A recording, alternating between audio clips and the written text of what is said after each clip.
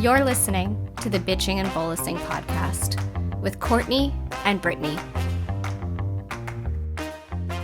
Hello, everybody, and thank you for tuning into the Bitching and Bolusing podcast. This is a special one. This is happy holiday season.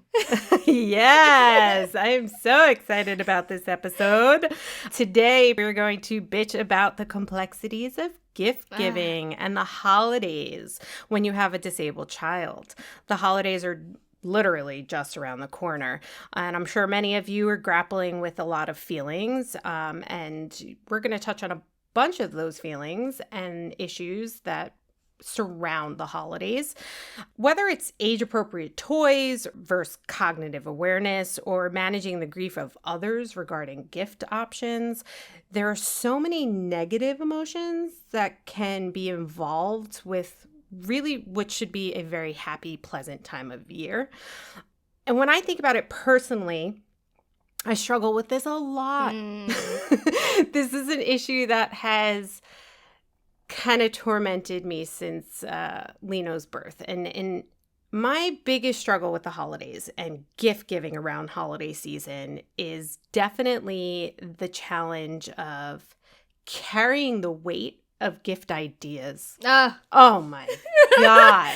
Make an Amazon list, right? And then you have to make everybody an Amazon list. And you have to get, oh my God. And I have to say, I don't want to completely hate on the issue of making an Amazon list, because I think I would prefer someone ask me than just get something that's completely useless or just off the mark. You know, I don't want something that's just going to like chill in my house or I'm just going to dispose of. Yeah. So I appreciate that aspect of it. But I think where people fail to recognize why it is such a heavy burden is it's already difficult for me to think of a gift that we're going to give Lino. I probably start thinking about it like mid-year. I feel like every year around like May or June, I start brainstorming. That's ridiculous. It's like 6 months in advance. And I have to like do this whole thought process around what Christmas is going to look like. And some of that is simply because I might have to adapt something that might take time to find, get adapted, you know, whatever the case is. Sometimes it's literally like I'm just stumped. Like, where are we headed? Where's Lino at this year? What's his favorite thing? You know, he's still a toddler, so things are constantly changing. And then to add on top of that, a gift for everyone else in our family. I know. I'm like, I don't know. And I think the point of this too is that we want to talk about and validate the struggles that come with this, right? But we also want to somewhat be a voice of reason because I see it, you see it, I deal with it, you deal with it. It is like every Facebook group that you go into right now, it's everywhere of people being like, I don't know what to do with the holidays, but also having all of the complex emotions that come with it. Because it's not even just necessarily, I mean, I think the gift giving has a lot to do with it. And I think that a lot of people feel grief because they're unable to get their children age-appropriate toys. Yeah. They're unable to do things with their kids that they would be able to do otherwise if they weren't disabled, right? I remember, oh goodness, even last year, there were a lot of posts from people being like, I wanted to do this holiday event with my kid and I couldn't because they had a meltdown, and I wanted to do this and I wanted to see Santa and we couldn't see Santa because my kid, you know, gets overstimulated and can't handle this and blah, blah, blah. I think we complicate it too much as parents. We absolutely do. Yeah, and I think like, and here's the voice of reason that I kind of want to like start it off with, because I've been there. Birthdays and holidays were awful for me, like absolutely horrible. I think parents get stuck on trying to fit our children and feeling the grief of who our children are not, and trying to fit them into who they would be and the idea of who they would be were they not disabled.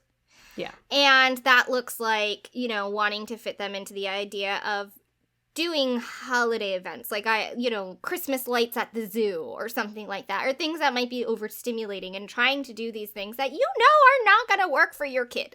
Yeah. But you want to, because that's the idea of like, these are Christmas or holiday activities we would do otherwise, right? Same with gifts. Like, and it's just get and do whatever makes your kid happy. And that's why like we overcomplicate it a lot as parents, and we feel this grief. But let me tell you what, Cyrus feels so much joy just from pulling out tissue paper than actually what the gift is, right? And then it's also like he feels so much joy over like these suction cup toys that are made for babies.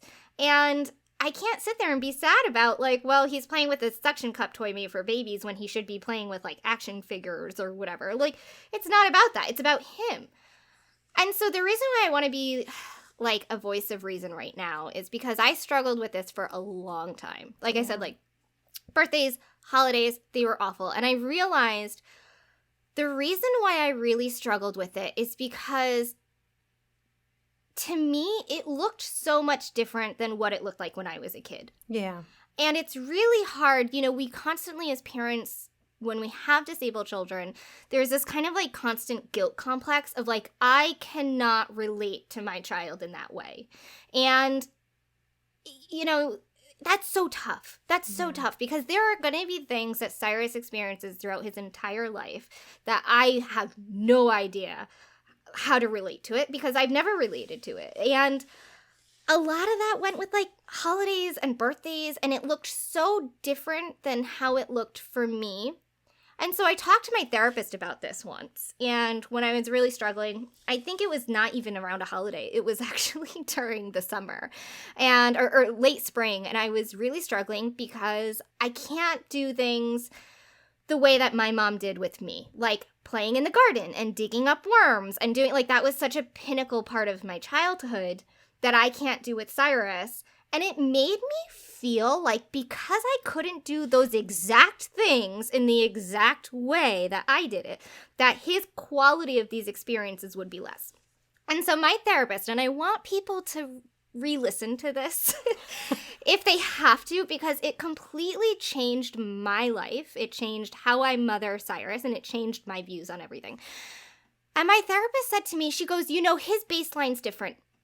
His baseline is going to look different than yours, but it's gonna be just as rich. And that's the problem, is that my baseline from when I was a child looks so much different than what his baseline looks like. But it doesn't mean that his baseline's any worse, and that's, you know, all he's known, and he loves it, and he's great, and he's like so happy. He's such a happy kid. And so when I get stuck into this, like, especially around the holidays and birthdays, and I get stuck into this, like, kind of funk, kind of depression of being like, well, he can't do the things that we did when I was kids, I have to say, well, that's not his baseline. His baseline's different. Yeah. And that's okay. And he's happy where he is with his baseline, and we just have to adapt and accommodate that. And we can't be putting him into the baseline that, you know, my husband and I grew up with when we know it's not going to work for him. No, of course, yeah.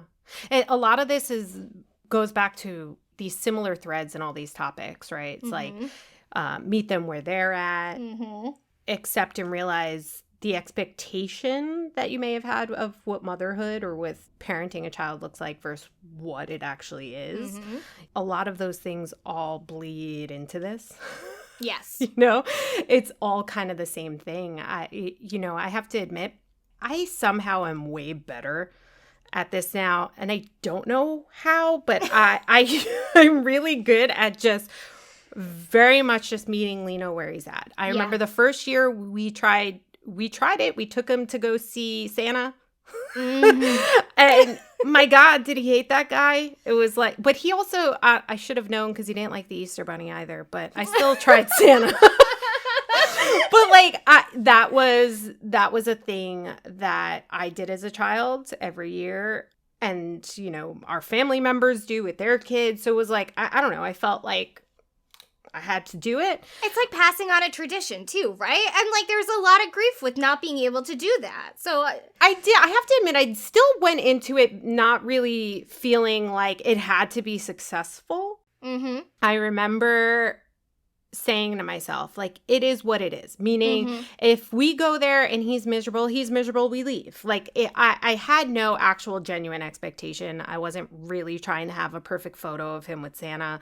You know, it is what it is. Those photos are not perfect, and they will likely never see the light of day because the kid was just so unhappy about it.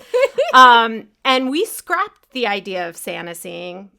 For sure. We never saw the Easter Bunny again. We did a lot of things that we were like, we're never doing again. So then what happened was we had Luca. And Luca changed Lino in a lot of ways, just like any sibling does. Mm-hmm. And I think with Luca around, it was so interesting to see the change in Lino of trying to do a lot of what Luca does, trying to engage in the world the way Luca does. Mm-hmm. And that's when we revisited the Santa experience. But we did it outdoors this time. Oh. Yes. That's and smart. My God, did this child love Santa. Oh. He was like, oh, it was like a sled. We were in a farm. He was like, this is the coolest fucking thing ever. This guy is awesome. And the guy held both Luca and Lino. And my God. I remember having so much anxiety. I'm like, one of them's falling. I'm like, I don't know who's going down, but someone's taking a spill. Nobody fell. And the photos are so cute because they're actually like happy in it. Aww. And then last year we did it again. I don't know why I went for this again, but I was like, well, Lino really liked it the time we were at the farm. So last year we did do it again. We did it in a mall, but we went to a really, really small, like private mall, if that makes sense. Like it wasn't a super busy mall. We were like the only people in this fucking mall. Lino did great.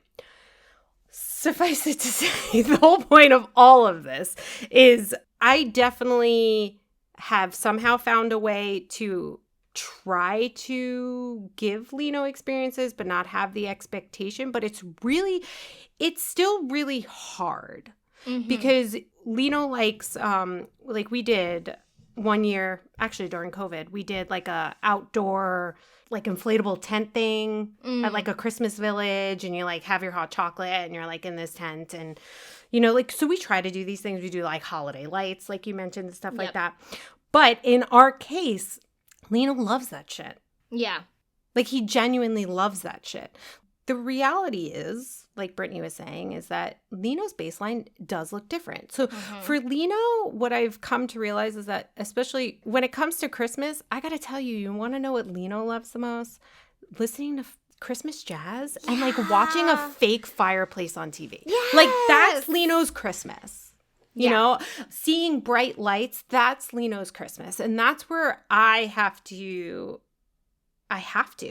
change what Christmas is in my head was supposed to look like for him. Yeah. And that's tough. That's it is so tough to do. Hard. It is so hard. But I think the one thing that drives me the most, and I don't know if you feel the same way, is that where I have found some positivity in all the grief of it, because it really is a lot of grief. It's just a shitload of fucking grief. But where I find the positivity in it is I'm creating our tradition. Yes. And I think that that's really what people have to think of it as, because it can be so tough when you're doing away with traditions that you grew up with, maybe even the generations before you grew up with. Like, it could be, you know, like, gosh, I know one family who I grew up with the family.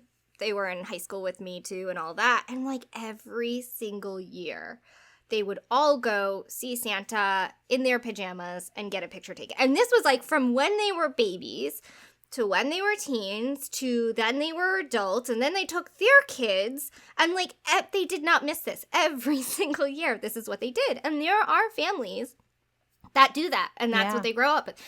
And now suddenly when you are not able to do certain things like that, it kind of makes you feel like the black sheep of the family. Yeah. Like you no way of fitting. Yeah. And you can't participate. And you're like, oh, well, it feels shitty. It does. And it's so complicated because you might miss out on doing these things for the benefit of your child, right? Because it might be like, okay, you know, my kid really hates Santa, doesn't want to sit with Santa, we're not going to do this. And now you're missing out on these traditions you grew up with. And it's for the best for your child, but it's like one more layer of like just that isolation. And I think the holidays brings us into like feeling all of that isolation a little extra. Yeah. And that's where we really, Courtney and I talk about this every single episode. We have to separate our trauma from our child's trauma. Because guess what? Your child didn't grow up with those traditions. That's the thing. Yes. That's really the thing. Your child doesn't give a shit that you didn't go see the Christmas lights. Because that's not their baseline. Exactly. If they never grew up with it, they don't know any different. You do, they don't. And that's why you have to just say like, okay, this is different now, but let's do what we can. Let's make it really fucking great, and let's start new traditions that my kid's gonna love, right? Because it's like, Cyrus likes the Christmas lights. He does do, you know, he really participates in that. Would hate Santa. I'm pretty sure Alden would also hate Santa. I've never even attempted it because I'm like, Alden would stranger danger so hard. And Cyrus would just be like, why the fuck is this person talking and touching me? And like do it at a farm. I'm telling you, that's it. That's the trick. That's the way in. Cyrus, there's animals over there.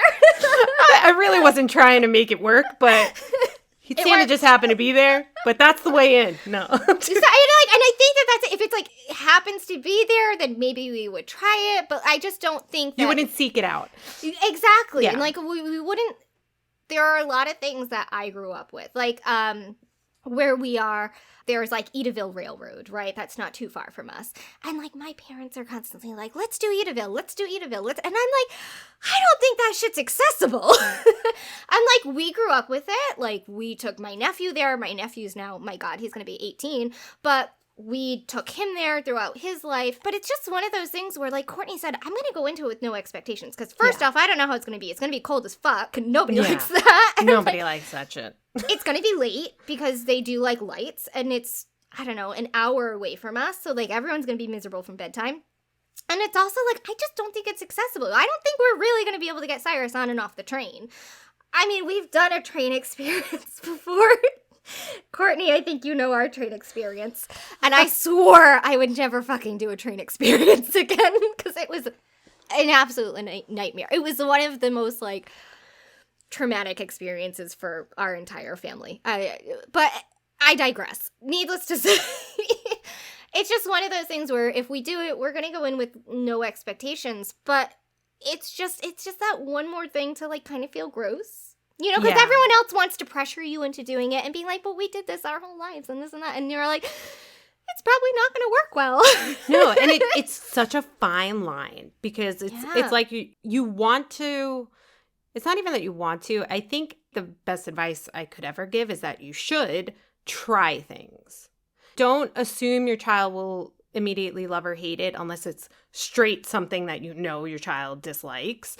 Because even I have been like, I don't know how Leno's going to handle this, you know? And then I go and he's like the happiest kid in all the land. So I think there's a fine line because you do want to try things, but you also have to remember that take how your child reacts to it, take that seriously. So, you know, so like if your child really full blown is like having some sort of sensory reaction to something, maybe consider that later in life when maybe there's a little bit more regulation, possibly like regulation, or possibly just accept the fact that there may never be, and that's okay too.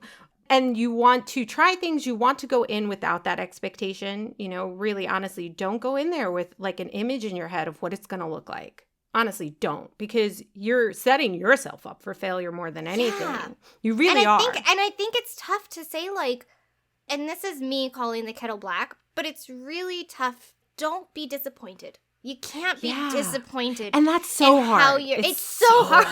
Because there's so, especially like if you're like spending money on it and you're packing the kids up, and like we all know, like it's so much work. There are times that I literally have to just squish that down. And then like I go home and like once the kids are like asleep, I'm like, oh, like I release it all. And then I have to like regroup the next day. We are in no way saying that we don't walk away disappointed. Oh, there's like so many times too that like my husband and I are like, why the fuck do we even leave this? I know. But, and you have to like, you have to hold that in because you like don't want to like throw that around in front of the kids. No. But you're like, holy shit, that was a fucking nightmare. Was a lot. Yes. But it's also like, I have been working so hard on not doing that. And I think my husband has like more work to do than I do. But like, I've been trying not to, where I try to walk away from something and be like, like, is what it is. Like, okay, Courtney, you and I both, right? We did the Jack-o'-lantern spectacular. Oh my God. That was overwhelming. I was sweating my balls off. Yeah, like we were both like, guys, I don't know if you know what this is, but it's like a whole thing where they like put all these jack-o'-lanterns, it was like 5,000 jack-o'-lanterns or something like that. And so Courtney and I, we met up with the kids and our husbands and we did this, and I was like, oh. It was like being in a mosh pit. Yeah. Yes. And, like, we were sweating. You couldn't move. Now, Courtney and I each, we had a stroller for the younger ones and a wheelchair for the older ones. So we're both just like, and you couldn't move. Like, I literally got swallowed up by the crowd at times. And, like, poor Courtney had to travel there and then travel back. And, like, it was a shit show for all of us. But I think, like, it was still really great getting the kids together. And I think you and I were both just like, ah. Oh, yeah. No, you know, and I have to be in those situations, because that was a situation where we've done so many events very similar to that. Mm-hmm. And Lino has reacted superbly. That's why we do them. Yeah. Like, I don't force Lino to do these things because I want to do them. I go searching for them because he likes them. He had never done anything with a jack-o'-lantern, but as you well know, he was not super happy during that walkthrough. Like, he was like, what the fuck? And it's interesting because you did say, you were like, oh, does he not do well in crowds? And although Lino has done phenomenal in crowds, we've been in Disney jam-packed. Like, but this was a different level. I think what it was more than, I think it was not only the fact that there was crowds, I think because it was so dark and you couldn't get up close, I don't think that he could visualize anything. You know, he does have a visual impairment, and that was tricky because now there ain't no way out but through. No, we were deadlocked. We were literally deadlocked. Like, you couldn't turn around and you couldn't move forward. There was no way out. You just had to go through. I think Cyrus was the only one not completely melting down. Yes, because, like, the two youngest, he was just like, what the fuck ever, guy. Like, Cyrus was just like, whatever. I think that he was more enjoying watching everyone else melt down. I know, I swear to God, because he kept looking at me, and I'm like, hi, Cy.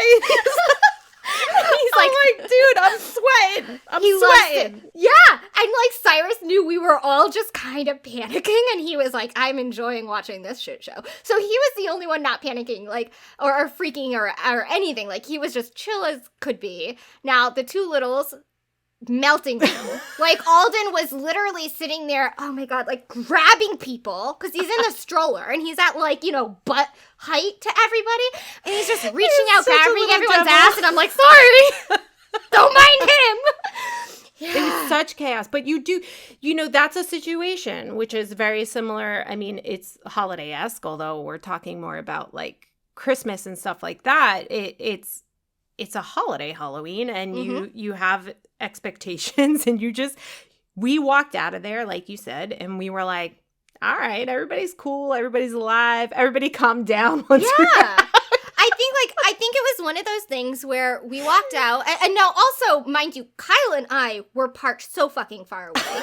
It started raining as we're like, I don't know why they had us park all the way over there. We were parked so far away. And I was like, at the entrance, BTW. And she was at the entrance. I'm like, ugh. And so we're like hiking the two kids all the way up.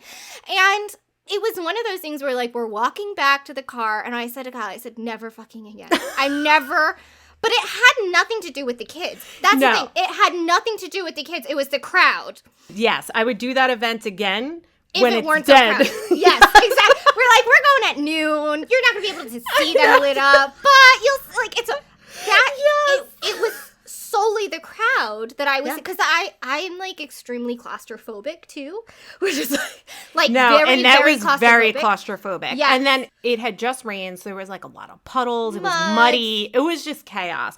This brings up another good point is that, you know, when we're saying like really have no expectation when you do these things, and when you're trying these things, you have to think about that too, like when you're planning. Mm-hmm. We had another incident we did during COVID. COVID was such a weird time. During COVID, we were trying to come up with things to do during the holiday, I remember, because, you know, everything was closed. And they did this holiday drive-through lights thing. So it was at like a concert venue near our home. And we got on this like traffic line to get in just to get in off the highway. Yeah. Not even into the thing, off the highway. It was already backed up. And I was like, this is not looking good.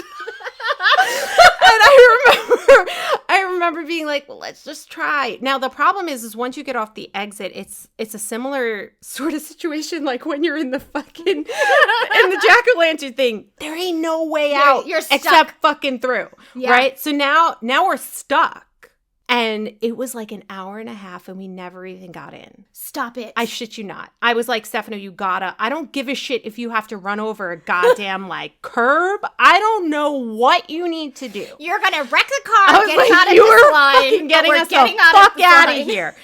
Hour and a half in traffic. He does some crazy ass move. We get out of this shit. We go home. And we rethought it. We went midweek. It was a fucking Wednesday. Not a single person. I drove through this whole fucking thing. It was wonderful. Lino loved it. But that's another part of it is you have to think crowd control, what your child can handle. I mean, and this is also just goes not even just disabled kids, like just kids. Yes. Find me a kid who's going to sit in a essentially parked car because we weren't moving. Who's going to do that without losing their fucking shit? Yeah. You know, so there's a lot to unpack with these sorts of things.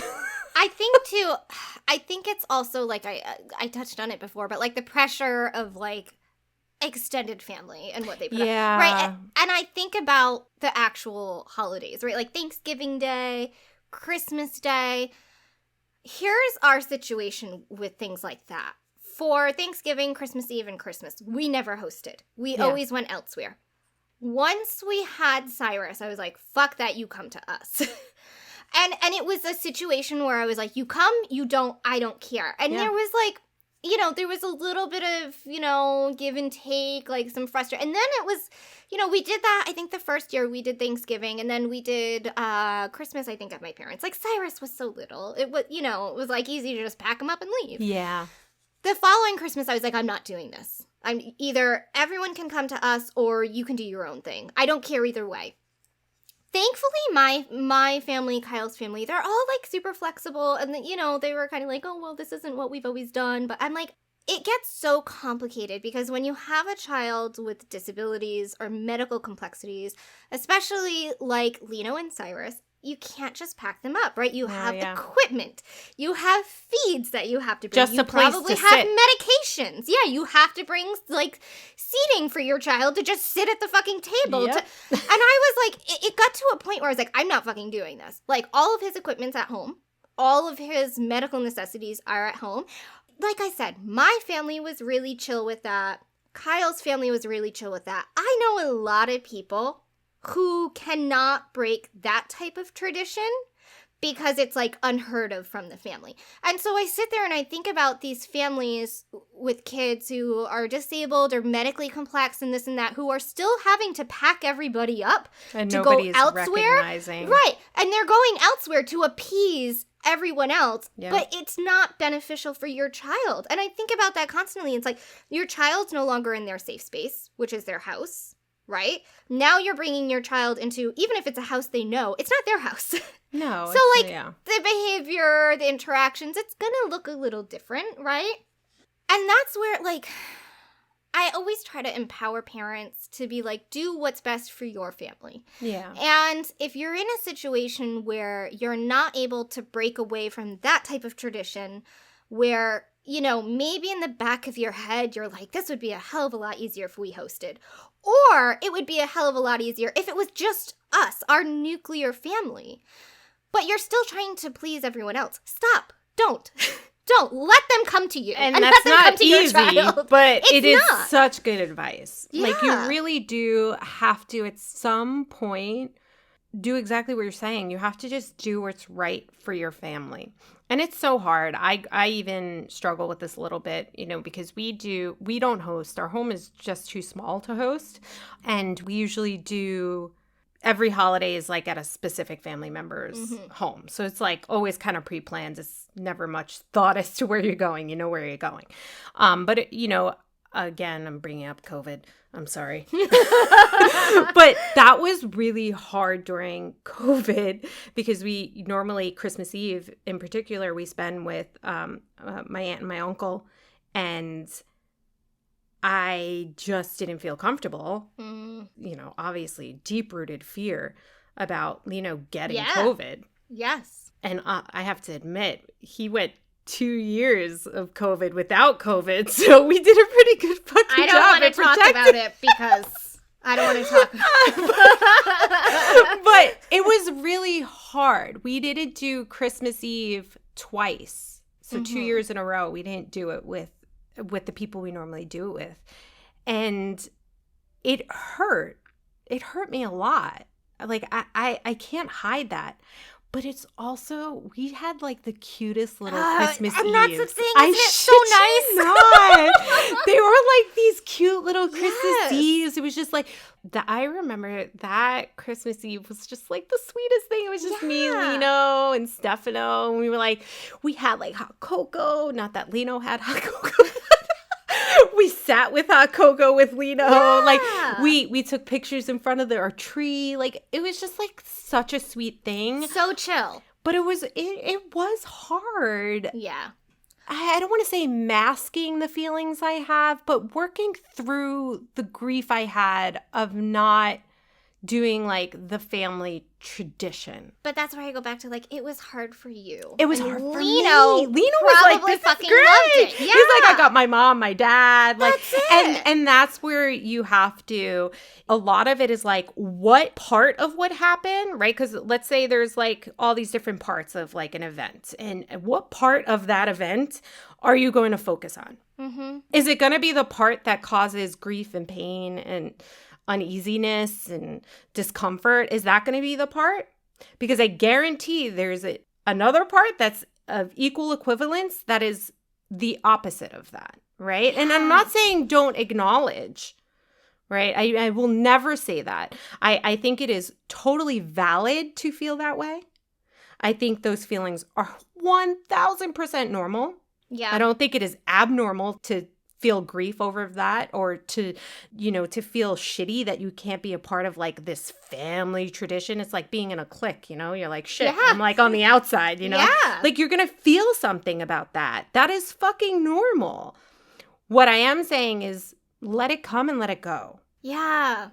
You know, let those thoughts, let the feelings, let them come, let them go. And they might come up multiple times. It's not going to be like, oh, I'm going to feel it once and that's it. You know, like, yeah, you're going to feel these things. Let them come, let them go. And focus on your child. Like you're saying, when I think about those days, I think about Lino, and that kid was ecstatic about just spending like this. We listened to Christmas music. Yes. Like, you were like, this is great. Yeah. And this is actually something we do every year now, though. We have started going back to, you know, with family on Christmas Eve. But we'll do this either that night when we get home or Christmas morning. Like, we just cuddle, we listen to music. Lino loves the fake fireplace on YouTube. That thing is on. Actually, it's going to start coming on now because we start right after Halloween. And today, even though this is coming out later, we are recording on Halloween right now. And yes, it's likely going to start tonight or tomorrow. Yeah. We're going to have the stupid fucking fireplace on. Oh, I'm putting our tree up up this weekend, but that's a whole other story. I was thinking about that too. Yeah. But anyway, that's something else. But here's the problem too, because for us as adults, those traditions, those things, they're so nostalgic, right? They like are. It feels so good and it makes you feel like warm inside and you're like, oh, it's so nostalgic to when life was easier. Yeah. And like I was a kid and so it's so hard when you have to do away with that, but when you have to do away with it in a forced way. Yes. Because it does feel forced. It does. It feels very much like, and I mean, to a certain extent, it is completely correct. You never had a choice. You never had a choice. It was really just like, this is the hand you were dealt, and now you kind of have to deal with it. I think what we're trying to say is, as shitty as that may sound, there can be so much beauty in creating like your own traditions. It's fucking awesome, honestly. And that's the thing is like, it's so, I talk about this a lot and I really don't want to sound like I'm like on a high horse or anything like that. But like, this has been a lot of therapy for me. Yeah. It's been a lot of self-reflection for me to get to where I am. And so Years, that's why too. Yeah. And that's it. And that's why I discuss these things. But it's like, you'll hear it again and again and again and again in the parenting community is that we talk, and I'm going to include you and I, because we do talk about this a lot. We talk so much about the sacrifices we have to make without choices, right? Like we didn't have a choice to make these sacrifices and this and that. When we get so hung up on the grief of it, and when we get so hung up on seeing it as sacrifices and almost victimizing ourselves, we're never going to see the other side of it. We're never going to see the beautiful side of it. Like, if you're sitting there and you're feeling like this is one more sacrifice you have to make, doing away with the traditions is one more thing you have to sacrifice. That's almost putting yourself in like this victim mentality, which I understand. I have done it. It's a very valid feeling. But when you kind of turn that just slightly and say, how can this be the most enriching experience for my child? Because we as parents are all sitting here and we are giving our kids a childhood. Yeah. And that's a big deal. And we have to do away with what our childhood looked like because we are responsible for giving our kids a childhood. And so if you can just twist it a little bit, instead of saying, I have to sacrifice this, you can say, I have to do this for my child and it's going to look so good. They're going to remember this childhood and I'm going to be the one that was responsible for this childhood. Well, and that's the thing, right? Like, how do you want them to remember it? Yeah. Do you want them to remember it that, oh, these are all the things I couldn't do? Or these are all the things that made my mom sad? Or my dad sad? Yeah. Mm-hmm. Or do you want them to remember it as like, this is what we do on Christmas? Yeah. I love doing this with my mom and dad. I watch a fireplace on the TV and it's fucking great. That is our thing. Like, now that's our thing. But it's hard sometimes to do that shift, but you're really right. How do you want your kid to remember their childhood? Because your childhood's over. Like, as much as that, so listen, I would love to go back to my childhood and like have things a little bit easier and like, but like our childhood's over and we are now the royal holders of our kids' childhood. And we're the ones responsible for that. And that's like every single year since Cyrus was born, we decorate the tree and we put White Christmas on. And like, he loves it. He loves it. Like, we put him in his stander. We bring him right up to the tree. He loves pulling every ornament off. Like, thank God we don't have, fragile ornaments, but he pulls all the ornaments off and he thinks it's hilarious. And he's like, I'm causing chaos and watching mom and dad run after the balls on the ground. I just can't. He's almost like a cat trying to destroy the Christmas tree. He's like... And they will watch me do it. Yeah, he really is. If he could, like, pull that sucker down. Yeah, absolutely would. Like, he's so chaotic, he would just be like, I'm going to throw this in the fire and watch it burn. He's like, I just want to see what's going to happen. Yeah, and that's, like, right there. That's slightly different from my childhood because every single year we would get in the car and we would drive to Ann and Hope and we'd pick out our tree and like the whole car would smell like pine tree and then we would like, you know, put it in and then you'd have to wait for it to fall and like, you know, like settle in and then we would decorate. And my mom had like this really fancy mini tree on the island, the kitchen island, and like all of her really fancy, like delicate antique ornaments went on that. And it was like the responsibility of me to do that without breaking anything. And like, we don't have that. That's not that we have a fake tree. That sucker goes in the basement every year, comes up every year. We're like, hey, you know, it's our house doesn't smell like pine tree. I have made the shift to artificial tree as well. And although it was absolutely devastating the first year I did it, I was like, this is awful. We're never doing this again. It really is the simplest thing. It's the simplest thing. Like, you pull that sucker out, you put that sucker away. Like, it's so... No risk of fire. You're not vacuuming up needles. Oh, my God. I used to hate that. Yeah. And so it looks at her like watering the tree every day. You know, like, and it's different. And it's fine. You know, and it's fine. It's fine. It is more than fine. The other thing that I think is really important to talk about is family. And I mean this in the sense that I think I've said this before on an episode, is sometimes you have to advocate for yourself and your family to your family, you know, your extended family. Exhausting. It is so exhausting. It's so exhausting. If you're in a situation where your family is unresponsive to that or has a response that is just not aligned with you and your family, I think this needs saying again. As great as family is, if you need to cut toxic people out, cut toxic people out. And I know that is easier said than done. Mm. Like, I totally am not going to be like, oh, it's so simple. Cut off your mom. Snip, snip. You know, like, no. I know that is not an easy thing to do. But if it does mean that you do need to distance yourself, even you were saying, Britt, how... And I think this is probably the truth for every family that has a disabled child that has like a mobility aid or needs some sort of equipment to sit or stand.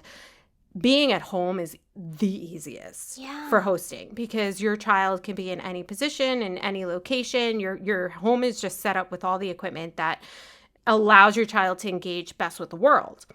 So I think from that perspective, if the tradition is doing it at someone's home and just switching the venue of where you're going to spend your holiday is the challenge and your family members are against it, then yeah, maybe doing it alone is the best way to do it. Mm-hmm. And I know that probably just hurts to even think about or to say or you know, cutting that toxicity out and doing what is best for you is just so important. And unfortunately, there will always be family members and friends that just don't get it. Yeah.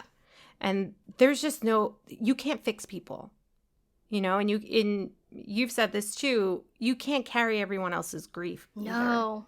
You know, so I think it's just important to reiterate that it's okay if you spend your holidays just your nuclear family. There is absolutely nothing wrong with that if that is what works best for all of you. And that's what makes you happy.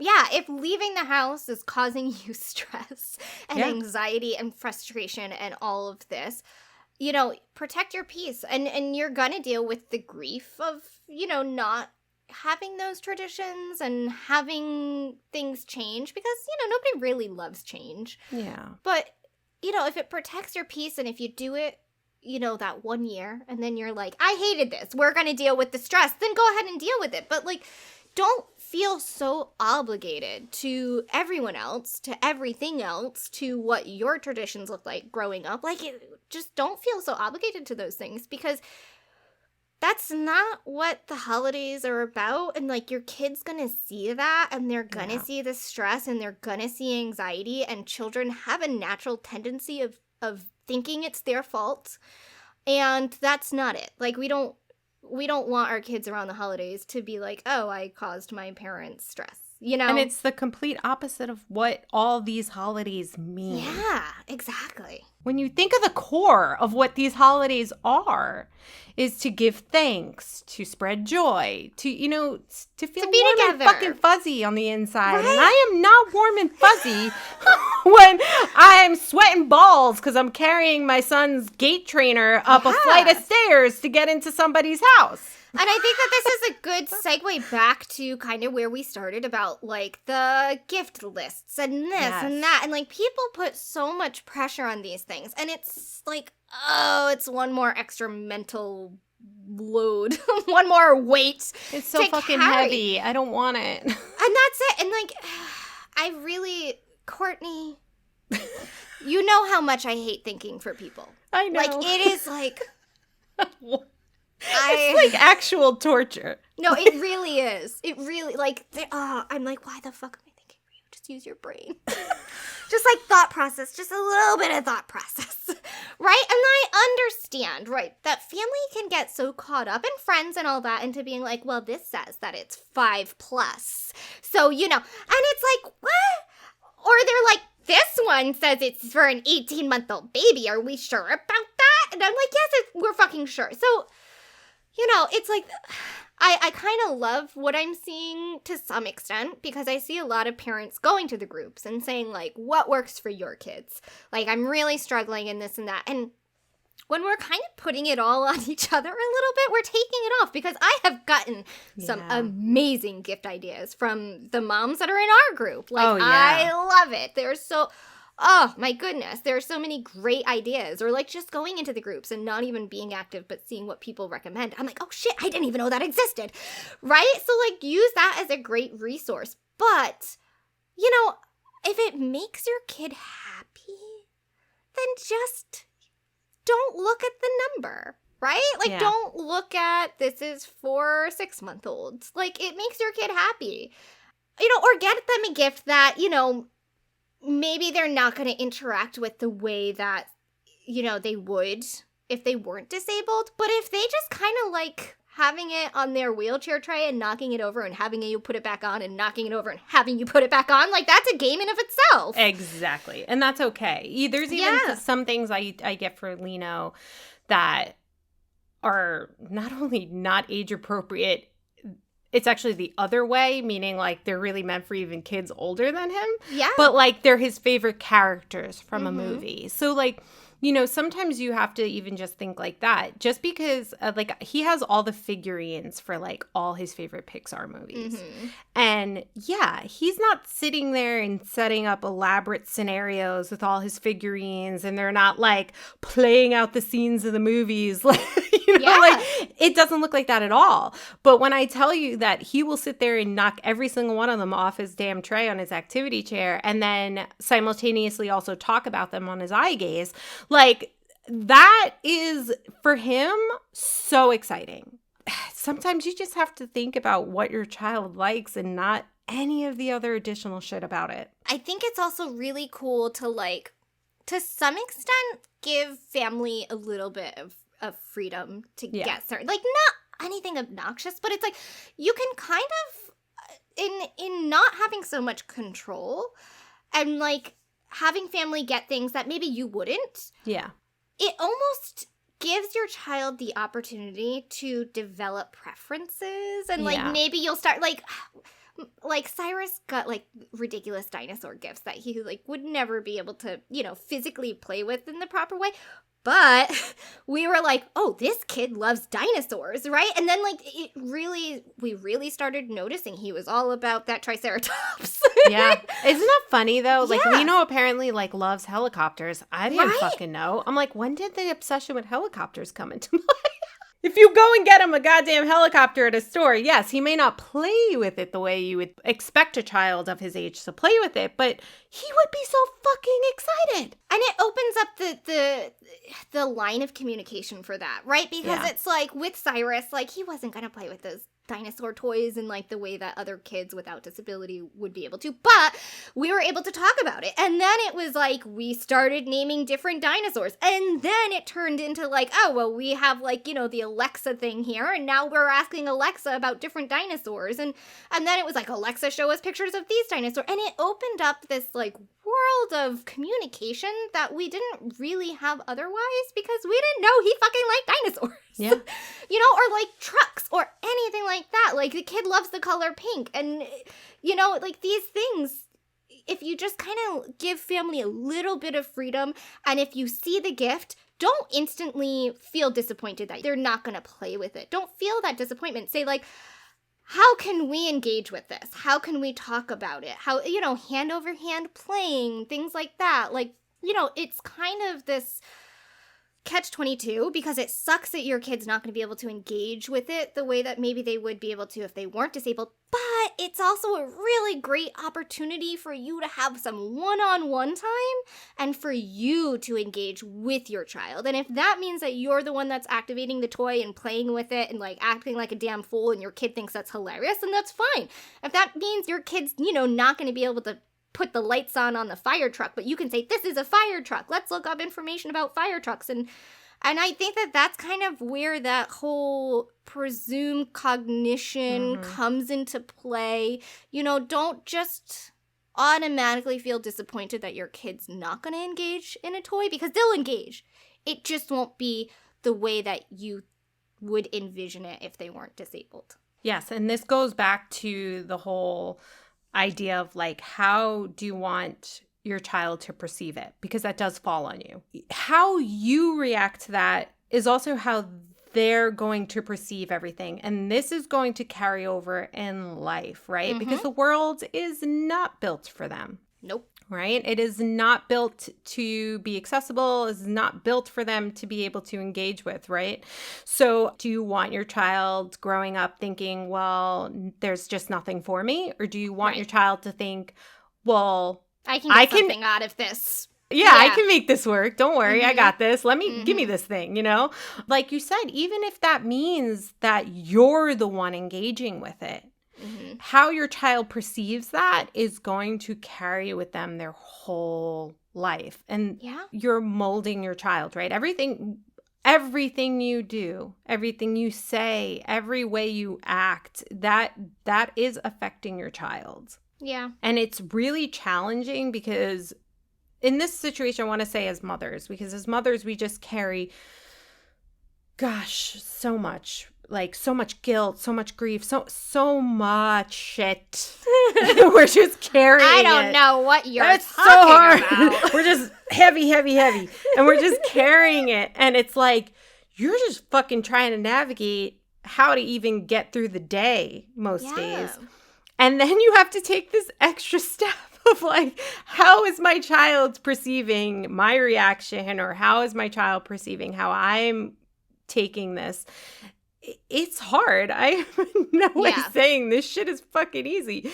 The point of this is to just get you thinking and just get you to maybe even for a second think otherwise and not let that grief and everything weigh on you. Because if you just take that second, that'll grow with time. That second will become minutes. That second will become you at some point. You're just going to stop focusing on the grief of your 8-year-old playing with a 18-month-old toy. Yeah, and I think that there's also something to be said with, like, don't make the fucking list. Don't do that. Let people use their own thought process to try to come up with, you know, ideas for gifts. And I think the beauty with that, of not taking so much responsibility and not taking so much control, is that the relatives kind of learn a little bit about your kid, too. 100%. Because, I mean, like, you force them to, right? And it's like, if I don't make a list for people to just click buy off of, like, they now have to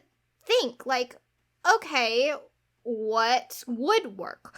Or even, like, what would I like to share with my niece or nephew or grandchild or this or that? Like, let them kind of try to figure it out, too. Because if you're figuring it out for them, they're not gonna be able to use that part of, you know, their thought process to learn about your kid. You're just doing the work for them.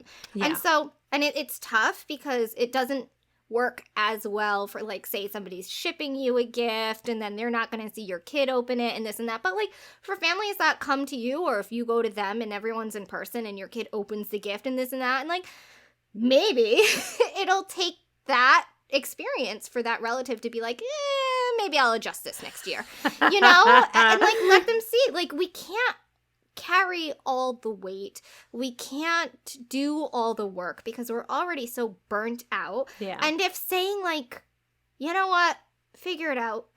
Yeah.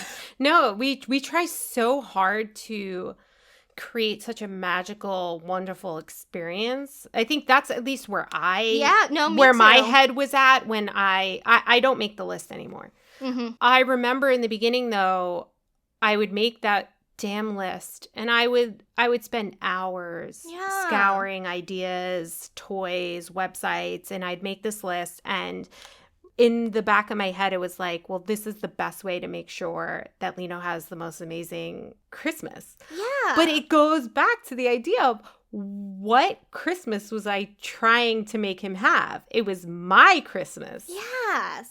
But I think to continue that throughout their entire lives is limiting to your child. It is, yeah.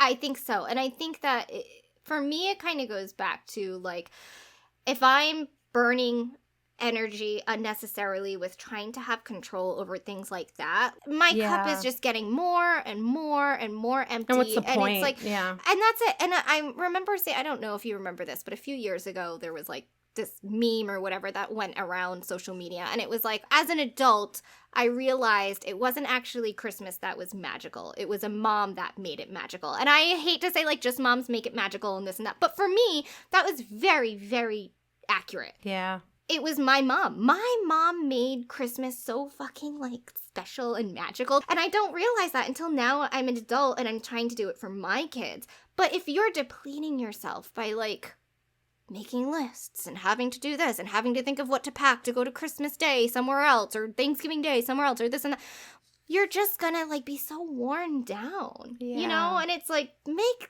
things easier, make it magical for yourself and make it fucking magical for your kids. With us, it's like, I have a tradition now that I've done with Cyrus where every year I, like, make flour or cornstarch footprints, like, coming out of our fireplace, and, like, I put them all around. It's like a fucking mess and it's a disaster and, like, all this, but Cyrus gets so excited. Like, he's like, oh my god, Santa came. Like, he thinks it's the coolest thing and he's so excited about it. And I remember, I think it was 2 years ago was the first time I did Elf on the Shelf, and, like, I did a whole thing where I, like, photoshopped the elf into, like, Santa's workshop and, like, this and, like, and it was the picture that he woke up to Christmas morning and, like, Santa's note, and he was like, he really so cute, did go back to Santa's workshop, and, like, he thought it was the coolest fucking thing. Like, I never had that growing up. Like, we had different things.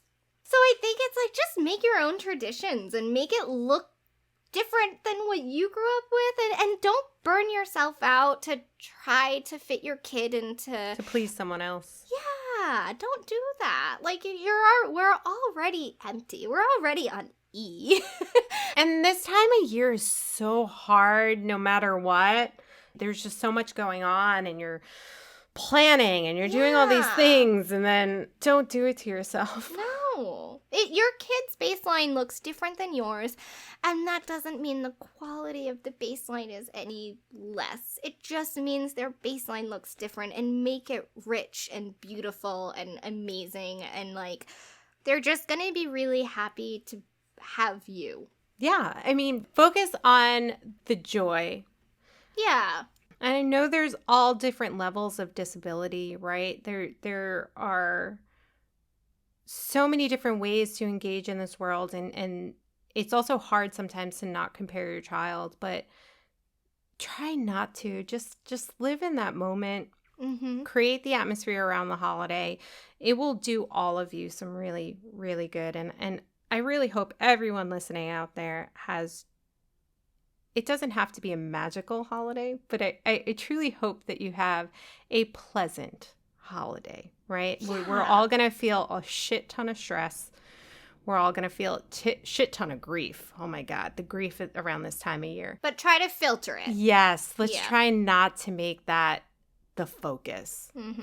And you know what? Maybe this is the first year you're trying. Maybe you've been trying all along. Even if it's just for a minute, every year try to expand on that a little bit. And I just really hope that you have a few moments of pleasantness this holiday. And peace. Peace is always good. Well, thanks everyone for listening, and we really hope that you guys have an amazing holiday, whatever that looks like. Protect your peace, protect your child's peace, and do what's best for you guys as a family. Thanks for listening, guys. Bye. Thanks for listening to the Bitching and Bolusing podcast. Be sure to like and subscribe for future episodes.